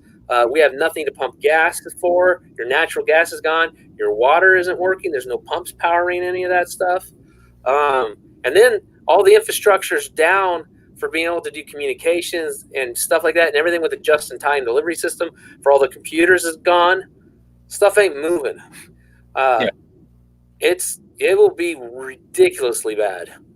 There's only one country in the world, I think, that's actually hardened their electrical grid, and I think it's Norway. But someone in the live chat can go look that up and correct me. I don't remember which country, but there's one. Yeah, I'm not sure on which one. I'm trying to think of this guy. I saw him on YouTube a while back. Now, this is actually a government official that was talking about EMPs. And this is probably 2012 or 14 is the date of that video. He was talking about the EMP testings there done by Russia, where they were testing, creating electromagnetic pulses, and they were frying off the power lines right off the high power voltage towers. Yeah, they did it in the 60s. It was the K project. Yeah, they had worked. It took a while to get that information released, but they actually got to work with them. It was. They came over in 1991 and gave a conference here, and then the U.S. partnered with them and did stuff in the later 90s. Back when we were friendly with Russia, and then we went stupid because of the current politics. Magic Prepper asks, I was under the impression a CME would only hit half of the planet. Is that true? Yes and no. Okay, so if we're talking a small one, you would have the side facing the area be the most damage. I'm talking a really big one where we really flux the Earth's magnetic field. Okay, if we really, really flux it, yeah, we could kill everything worldwide. Yeah, if you ever look at the models they have, you can go to solarham.com. They do a lot of views of the satellites and stuff over our sun. And there's also a couple other space weather sites that you can watch where they show the magnetic field around the Earth, the magnetosphere. When it has this solar wind and plasma coming, you can see how it fluctuates around the Earth. Now, a small one, I say Carrington is size event one, it would just basically hit wherever face the Earth is towards the sun. All right, it's gonna nail that because it's gonna peel away the electromagnetic field. A massive one, not only does it hit the Earth, but it wraps around for the tail. All right, so that tail pull, it just wraps all the way around that sucker while it's pulling through. So the magnetosphere actually works against it by keeping it contained while it's rolling over the Earth. Also want to point out, because the electromagnetic field is waving, it's moving around to call for that flip. They've already, now I have read this, I wish I had the site for y'all so y'all could read too. So you could Google search it. They're saying that the Earth's magnetic field is 20% lower than what it used to be 10 years ago as far as its strength. So while it's moved, if it's weaker, it'll get worse if a CME hits this. So a CME has an easier chance of finding that little space and just peel it back. Okay, it's just like if you take a cabbage, turn it sideways, you got the layers. Well, if you get your fingers in there just right, you can get right to the heart of it, and everything else just pulls away from you. And I just went country on everybody. Sorry, but yeah, there's all kind of different things there. I mean, we've seen flips in the past. They're finding ice core samples of proof of that, but the biggest one is the magma that has solidified in the oceans. And the reason why that is an issue, because the metal and stuff that was melted down in the magma, oriented to the magnetic field. Exactly. Yeah. It has changed, and they can actually see where it was directing, and which would only cause that by a magnetic flip. So it's happened many times over, and I believe the last one was before man was walking here. So we don't know exactly how bad it could stay down for, I've actually wondered years. A really, really big solar flare is what causes it to flip around. I have no proof. That's total speculation, but it's something I wonder about. It's something to think about. I mean, it's nothing we can actually stop. We don't have the technology to stop something like that, but it is something to, chase down, because if it is strong enough, it is a geomagnetic storm. All right, it's got magnetized particle. I mean, it can change. You take two magnets together, you see them play around with each other all the time. It's a possibility that could be what caused a flip. Now, we do see the poles moving on their own right now, but if something massive hit, would our magnetosphere protect us? Probably not. I think a Carrington of size event right now with 20% less power strength than a magnetosphere, with all these openings in it that are, I mean, if you ever watch the waves that they're showing them, some of those ribbons just open up, leaving an opening. So if it just happened just the right time, oh, there it goes. Yeah, so, we've had some close calls. Like, I think it was like 2012, we had a real close one by Halloween, and I think another one in 2013. We just had one. We missed one by like 9 days. We had actually moved out of his way, and if we'd have been 9 days slower, we would have got hit by one. That was only a few months ago. That was not long ago. The Earth had already passed that solar flare. And it was close. 9 days. I think that was just a couple years ago. I got to go look again, but yeah, I don't have all the things memorized off the top of my head. Yeah, there's too many numbers to remember everything. Just you remember certain reports, and then you start reading on everything else, and you forget the actual date. But I do know that we missed it by only 9 days. That if we would have been 9 days earlier, we would have got hit, and it would have been a big one too. Yep. And stuff. And one of the other ones that's kind of crazy is that they have the satellites out there, SOHO, and what's the other one's named? I don't remember, but that's one of the pushes, yeah, they're watching the sun and all that. So one of the things that would be interesting that could happen is they have to do all these estimates about what's coming. They have to guess of how fast it is, how charged the particles and all that, and they get an estimate. Mm-hmm. And we probably won't know the full strength of what's coming towards us to the last hour. Yeah. Okay. Now, one of the other interesting things that could happen is Carrington was actually a giant solar storm. They had multiple flares. It was a bunch of flares going off. And then there was one really big one. So if we had that where we had a solar storm where there were a lot of flares going off, you could have it where one goes off and we're not in position, but it saturates the instruments on the satellites so they don't even know how big it is. And then while they're blind with all the neutron radiation and everything else, you have a huge one go off. And then you're totally blindsided. Yeah, and I just saw Prescott Caliber Club in here. He was letting you know that you were crazy for texting him during your live stream. Yeah, you told your wife on your live stream, so hey. Yeah. Another thing on that, the timing. You know, I saw a question in here about would the government tell us before something like that hit. Probably not. The fact is, it'll be so. By the time we get to register, if it's going to be hitting the Earth, and I mean, we know about the plasma streams and solar winds. We can kind of judge a day to 2 days before it gets to Earth. Now, CME is at different speeds, okay, and then it's coming in projection. The only way they're really going to know if it's going to affect us is when those orbital satellites that are about 22,000 miles away from Earth. Well, the ones that'll hit it first are the ones that are actually out positioned, looking at the sun, so they're way out there. That's why they say it's the last hour. Yeah. If they're coming in really fast and they're really charged, you know, it could be like 30 minutes or something like that. So, I mean, they have those simulations they can run. That, like, if you go to spaceweathernews.com, they show, like, when a solar flare happens, they have the simulation of what the geomagnetic storm is going to look like. And they're just best case estimates. And so here, in my mind, here's how I see some of the scenarios playing out.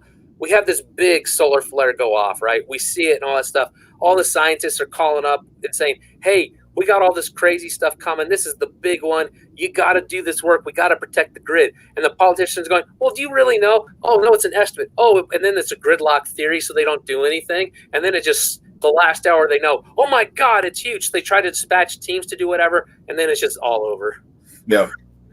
Like there is a book, right? Maybe I should write a book about that. Sorry, I had a piece of dip go down my throat there. There is a satellite that they actually have in geodesy with the Earth. It always stays between the Earth and the sun. It does not go away from, you know, the Earth is far from the sun. They do have one. That's that defense one you're talking about. Wish I remember the name of it. It is positioned just right between both gravitational pull, and it goes around, always facing between the sun and the Earth, no matter what. And that's the one you're talking about. And if it gets there and they are able to calculate, it's only like an hour before it hits. So for the rest of the world that aren't preppers, what are they going to do in an hour? Freak out? I mean, I don't see them. Well, there might be some that runs together and sing Kumbaya, but you know, it's just some people just. I bet you the government would say.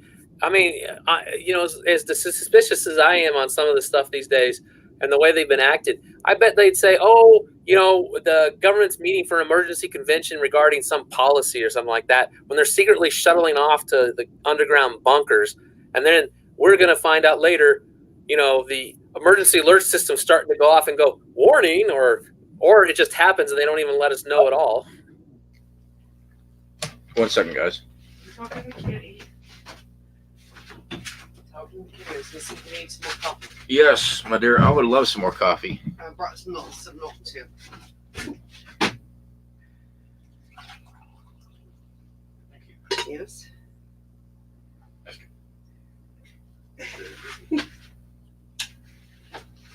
Careful, don't trip over the cat. Oh, I know. Oh, this is a different one. Lord, I know, we got cats everywhere here. Oh, that's that orange one. Yeah. Yeah, don't feed them. Yeah, Don't do that either.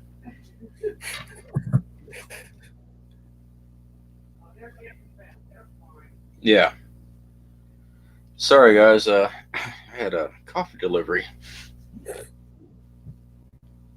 Yeah. Married life is great. That's why I've gained so much weight. It's not just being injured. It's because she cooks very well, and now I'm fat. I have to do all the cooking around here. But, you know, they always worked out and stuff. Now I'm just fat. She brought you milk, too. Yes, that sexy beast. Yes, she got me some creamer there.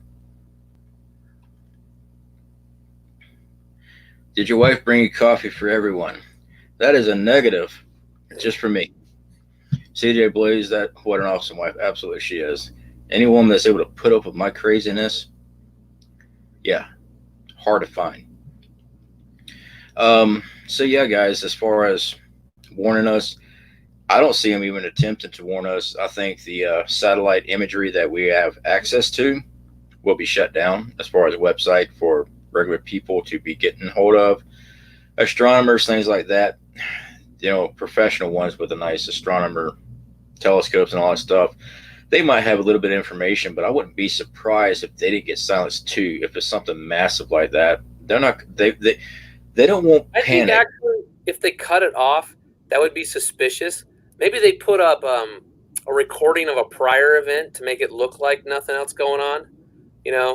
Slip it in, and then you could just let the people out there, the independents, rant and rave, and they sound like crazy people. Yeah. Well, yeah, and I've seen different other theories on this. I do agree with you to an extent on that too. I've also seen where they don't want the rioting and stuff because they have to collect family members and things. They've also got a timeline. So if they let it play out where people are not aware, they can round up their people. The convoys come snatch them up. They got a little bit of time, drive to whatever bunker things that they need to do to harden down and sit down. Yeah, because if you have every city suddenly rioting and all that, they won't be able to get the people they need. It shuts down their supply chain, shuts down all their other stuff, and so they would try to keep things as calm as possible until they're set. Yeah, won't be able to get totally agree with that one. Won't be able to get security set up to lock down certain locations. They're going to try to move a lot. If you got an ability to track that movement, you might know something's up. That's what really bothers a lot of preppers and stuff and a lot of truthers when we see these military drills they do. Like, well, what's going on? Is it really a drill? Because, we're looking for traffic and we see all this traffic here where we're like, well, what's going on over here? But fortunately, they've all been drills. Yeah. I mean, are they drilling? It could not be. And then you're wondering, because if it's not, you need that time to get to your bug out if your plan is to bug out. Or, others of us that live in our bug out, we want to know so we can start closing stuff down, Yeah, exactly. So, yeah, I get that. Oh, yeah. Man, I can't believe it's been almost 2 hours.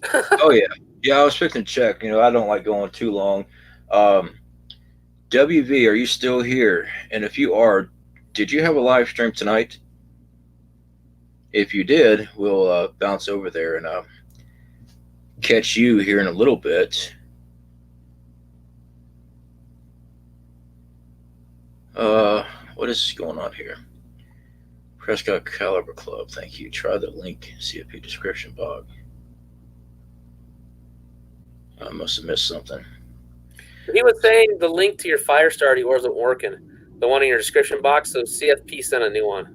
You know what? I am not surprised. Every time I've done my uploads for my description box, YouTube has scrambled it all to.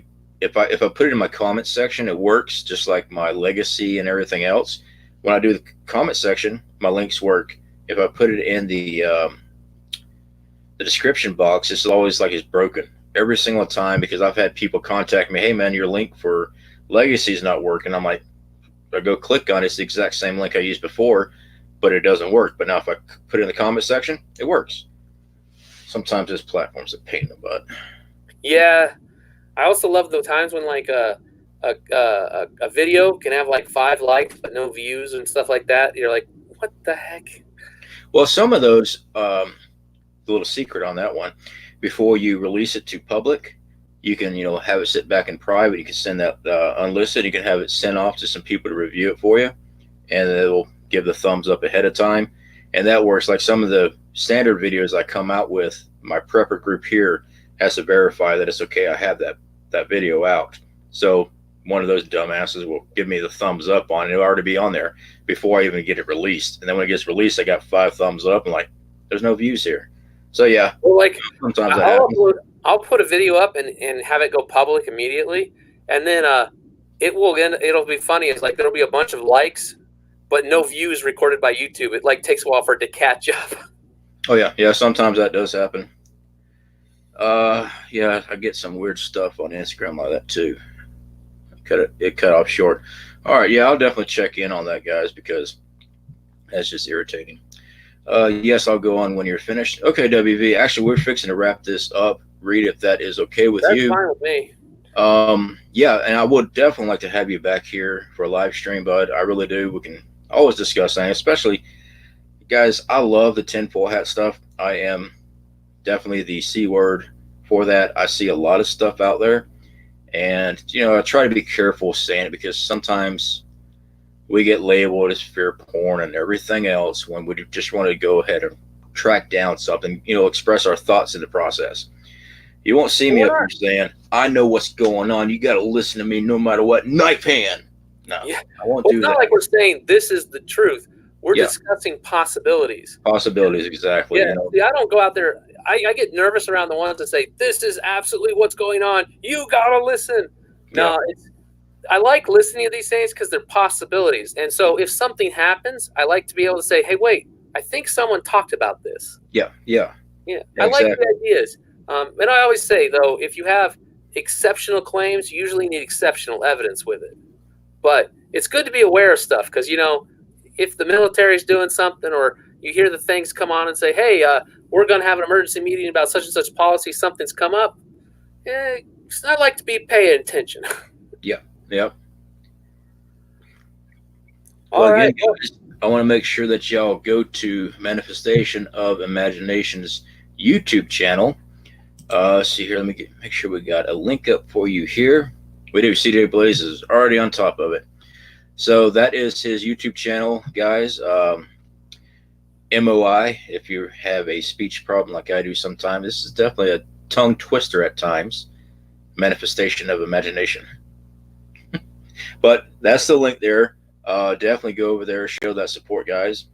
And we did have Raven Tactical Prepper channel. That was the other channel I want to shout out tonight. He just got his 500 subscribers not very long ago. So definitely go over there, show some support over there.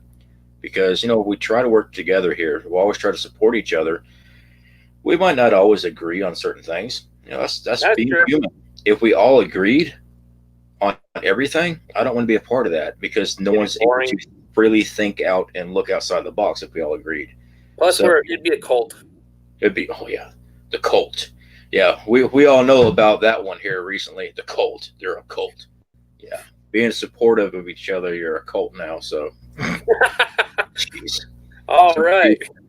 Yeah. All right, so we'll go and round this up, guys. And again, I appreciate it. WV, no, that's quite all right. She said, no, Russ, you're awesome, Central Florida Prepper, fixing stacks. No problem at all. Like I said, we're pushing 2 hours, and I try not to go over that anymore because then I just start to ramble on, and people start aimlessly walking away from the computer, and they're making their snacks, and then they forgot that they even had a computer on. So that's quite all right. I don't want to waste a lot of other people's time. I know everyone has things they want to get to doing, so. Thanks for watching, everyone. You guys are stellar tonight. I like that stellar. That's awesome. Kentucky, man, I didn't see you. Good to see you.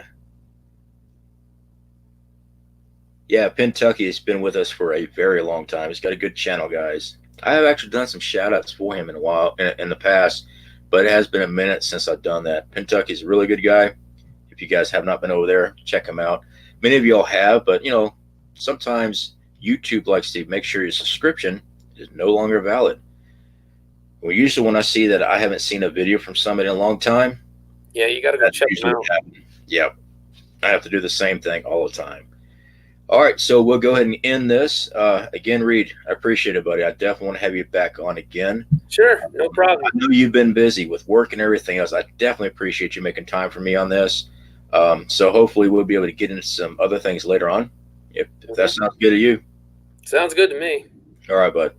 All right, guys, y'all have a great night. I am going to remove Reed here, and y'all take care.